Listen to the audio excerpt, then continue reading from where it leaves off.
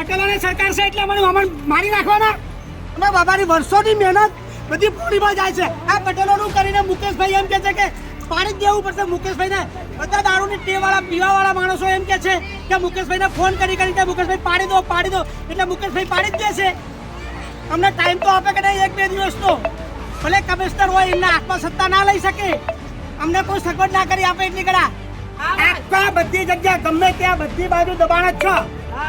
બધા ધંધો જ કરે છે, બધી બાજુ ચાલે જ છે. એવું નથી હોતું કે હું બુટલેગર છું. ના, એવું નથી કે બુટલેગર તો ખાલી બુટલેગરનો સવાલ નાખીને તમારે બધું પાડી જ દેવાનું. મને ગમે ત્યાં સગવડ આપો, હું જતો રહેવા તૈયાર જ છું. એક દિવસથી આજ સાહેબ ફોટા પાડી લઈ જાય. પૂછી લો સાહેબ.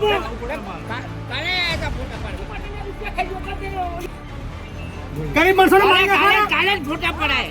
આજ સાહેબ મને લઈ જવા. હું 3 દિવસથી કમિશનરને મળવા જાઉં છું. આ મુકેશભાઈ ઓર્ડર કરાયો કે મુકેશભાઈ પોતે માનસિક ત્રાસ આપીને અમારો ઓર્ડર કરાયો. અમને 28 તારીખથી અમને જીવવા નથી દેતા, હરામ કરીને.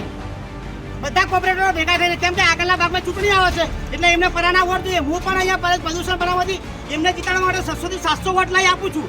તો એ મારા આવી રીતે મને કંઈક સગવડ કરી આપો. હું હાલ જતો રહું, નકર હું તો અહીં જ રહીશ. પાટી નાખશે તો હું તો અહીં એમને ખુલ્લામાં જ પડ્યો રહીશ. હું ક્યાંય નહીં જાઉં.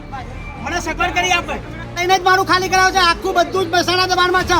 કોર્પોરેટરના પોતાના દારૂના ધંધા બધાના જ ચાલે છે, કોઈના ક્યાં નથી ચાલતા. બધાને મુકેશભાઈ બધાનું પડાવી દે.